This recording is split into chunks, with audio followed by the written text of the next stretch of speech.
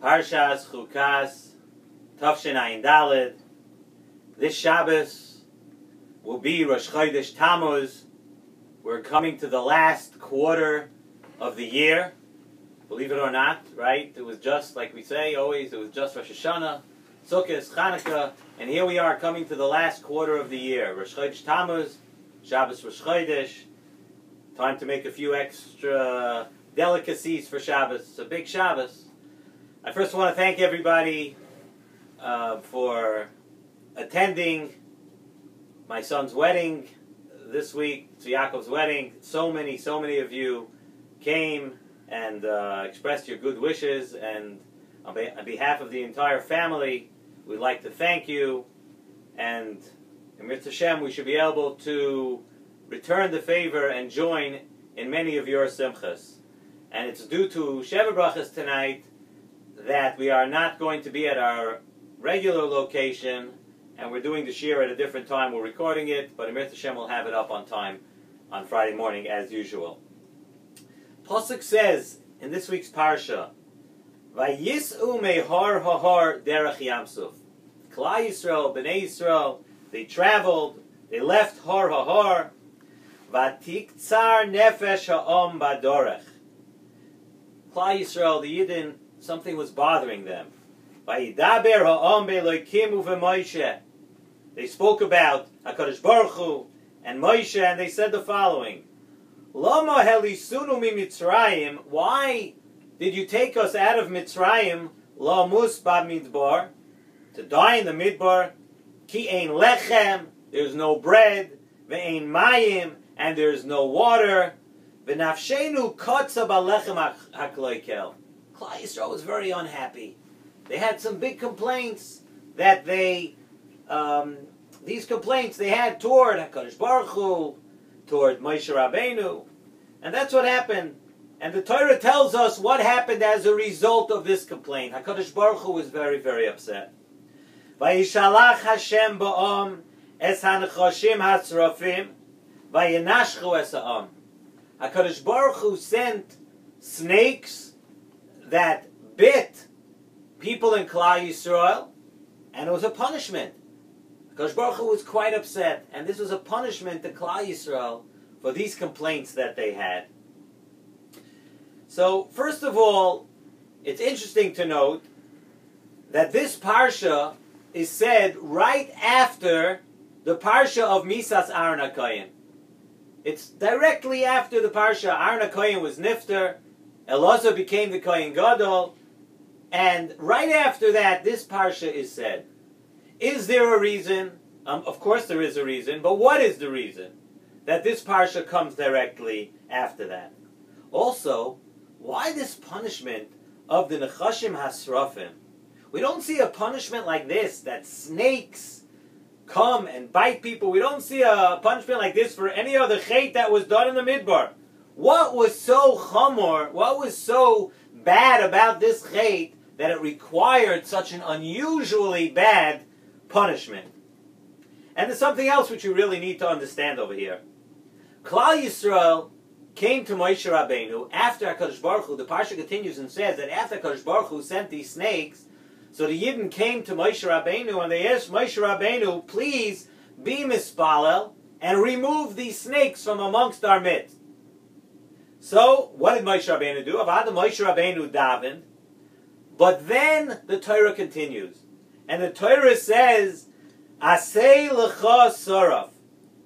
That they made a snake out of copper and they hung it up.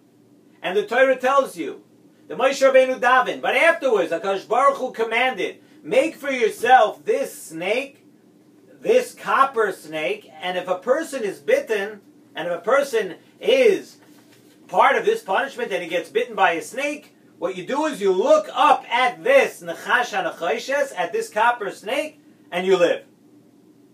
So we find in the Torah before, many different times, that if Moshe Rabbeinu davened for Klal Yisrael in the Midbar, if Klal Yisrael did a chait and Moshe Rabbeinu davened for them, HaKadosh Baruch Hu listened.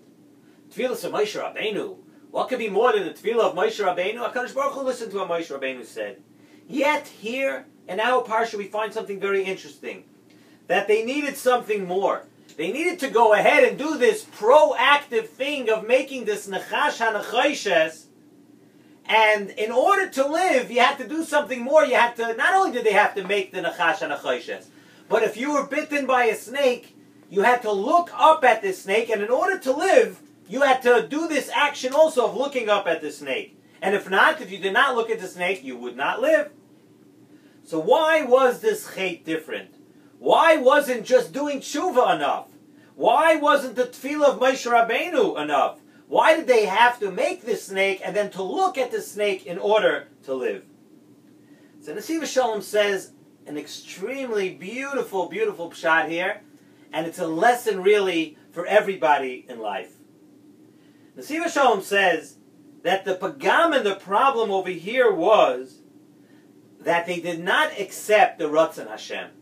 That was what was so terrible about this particular chait. They did not accept the Hanhagas HaBoirei. They said the following, Lama Helisunu, why did you take us up from Mitzrayim? Ki ein lechem ve'ein mayim, there's no bread and there's no water. They didn't say, you know, sometimes if you have a complaint and you say, if Klal Yisrael would have said, we're hungry, we're thirsty, okay, so then maybe you're not supposed to complain, but you had a little bit of complaint. Here they said, there's no water, there's no bread, and we all know, of course, Klal Yisrael had the man. They had the man in the midbar, and the man was perfect food. It tasted like anything you wanted. So they had man, and that satisfied all of their eating needs. And then they had the Mei Be'er. They had the Be'er, and the Be'er supplied them with all their water. So why were they saying Ki ein mayim? Why are they saying Ki ein lechem ve'ein mayim? They had man, they had the Mei Be'er. So what is ein lechem ve'ein mayim? What does that mean? The Nesivos Shalom says that they were not happy because of something very interesting. Yes, they had water. Yes, they had bread. But they were not happy because it wasn't exactly what they wanted at that moment. And I'm sure we can identify with this. That HaKadosh Baruch Hu gives us so much. But if it's not exactly what we think, and it's not exactly the way we perceive, the way we think it should be, and the way we think we would attain happiness, then we're unhappy. Then we're full of complaints. Chazal tell us in this week's Pirkei Avos, Perek Daled, Ezehu Ashir Hasameach Bechelkai. Who is somebody who is really rich? Who is someone that is affluent? You know who that is? That's someone who is Sameach Bechelkai. He's happy with the way Hashem is treating him. If you do that, Pirkei Avos, Chazal tell us, then you are rich. And something very, very interesting also. In next week's Pirkei Avos, in Pirkei Avos Perek Hey, Chazal tell us about Avraham Avinu. Asora nisyonos nisnasa Avraham Avinu. Avraham Avinu was tested with 10 different nisyonos. V'omad bekulam. Avraham Avinu withstood all 10 nisyonos. Loidiacha kama chibosai shel Avraham Avinu. It tells us from these 10 nisyonos that Avraham Avinu passed all 10, it tells us how much Avraham Avinu loved HaKadosh Baruch Hu. Avraham Avinu, let's try to understand this over here. In the nisyonos that Avraham Avinu had bechira, we could understand. Avraham Avinu, when he had a choice, we could understand. But we know that some of the nisyonos were totally out of Avraham Avinu's hands. There was a hunger, and Avraham Avinu lived through the hunger. Why is that? Tell me something so great about. Why is it so great about Avraham Avinu? What could he have done about this? Couldn't change that situation. There was a hunger.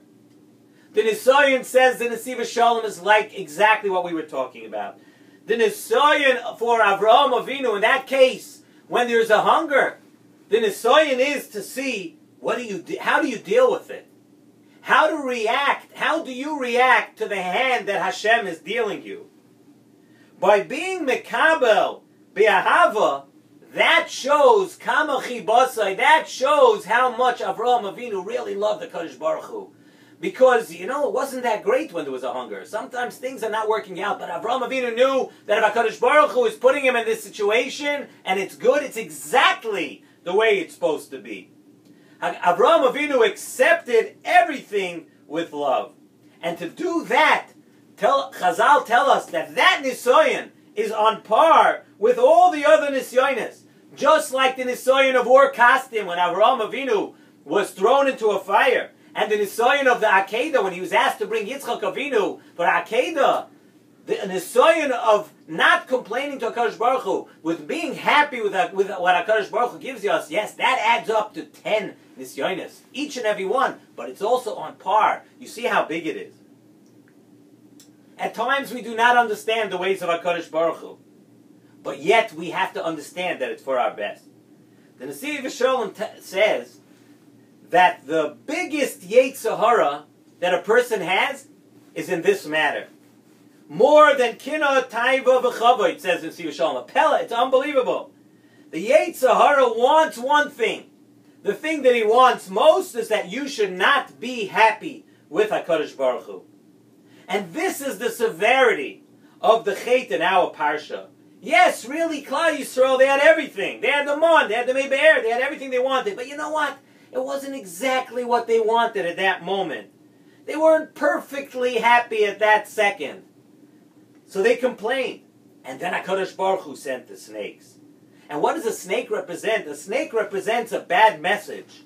We see in Bereshis, the snake was punished, that the snake was able, the Parsha snake eats the earth, and the snake always had its food in front of it at all times. So really, why? So what's so bad? What did the snake get punished? He has his food at all times. So the Mefarshim bring down, the punishment was that HaKadosh Baruch Hu did not want a relationship with the snake. Here, take it. Here's your food. Here's everything you need. I don't want to talk to you. And that's the worst punishment. The snake was given everything he wants. You have the earth, you have the food to eat. You're going to eat the earth. No problem. But HaKadosh Baruch Hu has no relationship with you. I don't want to hear your requests. And whatever you have, and you have whatever you want right in front of you. And the snake, we know, is never content.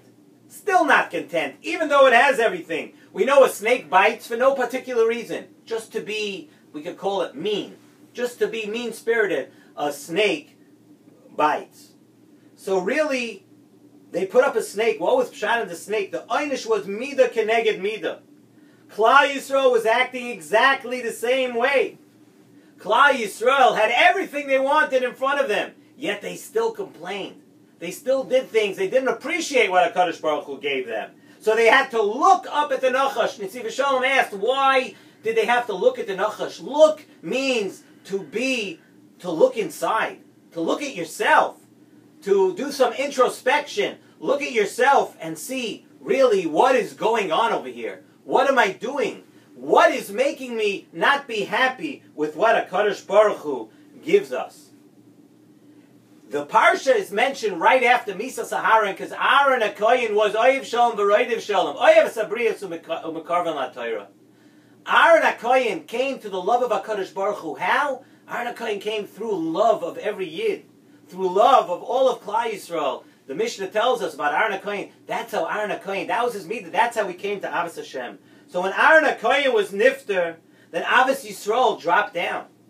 And if Avos Yisrael dropped down, then so too did Avos Hashem. So the Torah gives us this parsha of the Nachash, the parsha of being punished, Klal Yisrael being punished for not appreciating what HaKadosh Baruch Hu gives us right after the Misas Aaron. We need to learn this lesson. The lesson that the Torah is telling us that not always things are perfect.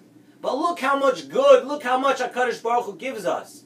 Appreciate everything that you have. So it's not perfect today. HaKadosh Baruch Hu, it's beautiful. You give me so much. Put it all into perspective. So it's not perfect. Don't complain.